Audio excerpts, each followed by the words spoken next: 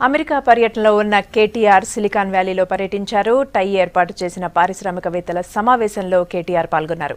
Silicon వ్యాలీలో T hub out post ఏర్పాటు చేస్తామన్నారు మంత్రి కేటీఆర్. స్టార్టప్లకు హెల్ప్గా ఉండేందుకు ఈ అవుట్ పోస్ట్ పనిచేస్తుందన్నారు. ఇక టెక్నాలజీ షేరింగ్లో సిలికాన్ వ్యాలీతో కలిసి పనిచేస్తామన్నారు KTR.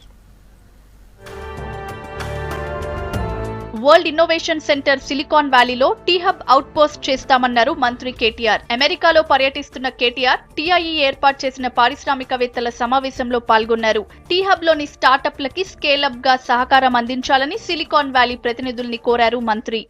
I do believe that there is scope to do. I believe that there is so much more we can do in terms of making our young people who are about to graduate readily employable. We produce great many engineers. How many of them are readily employable on the day they graduate? Not many, if you ask me. So we have a lot of inherent challenges.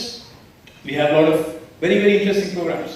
Skill India, Digital India, Clean India, Green India, Startup India. A lot of very, very ambitious programs. Silicon valley tech ప్రపంచంలో వస్తున్న ఆవిష్కరణలు ప్రపంచవ్యాప్తంగా యువతకు స్ఫూర్తినిస్తున్నాయన్నారు KTR. Silicon valley success కు ecosystem కారణమన్న మంత్రి హైదరాబాద్ లోనూ కొత్త ఆలోచనల్ని ప్రోత్సహించేందుకు టీ హబ్ ఏర్పాటు చేశామన్నారు. ఇది ప్రపంచంలోనే అతిపెద్ద ఇంక్యుబేటర్ సెంటర్ అని చెప్పారు. Technology today is such a great leveler. It gives the young Indians today an opportunity to compete because the world is flat when it comes to technology. The world is flat in the sense the next big breakthrough, irrespective of where you're from, irrespective, doesn't matter. As long as you have an idea that you can make it work. I think today the world presents a fantastic opportunity which definitely India needs to absorb and take a fantastic.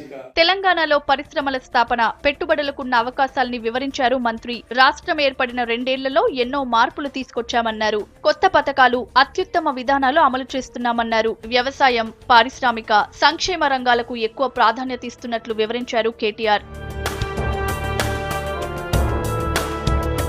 Software తో పాటు manufacturing రంగంలో పెట్టుబడులకు రాష్ట్రంలో మంచి అవకాశాలున్నాయన్నారు మంత్రి. Make in India స్ఫూర్తిగా make in తెలంగాణకు శ్రీకారం చుట్టామన్నారు.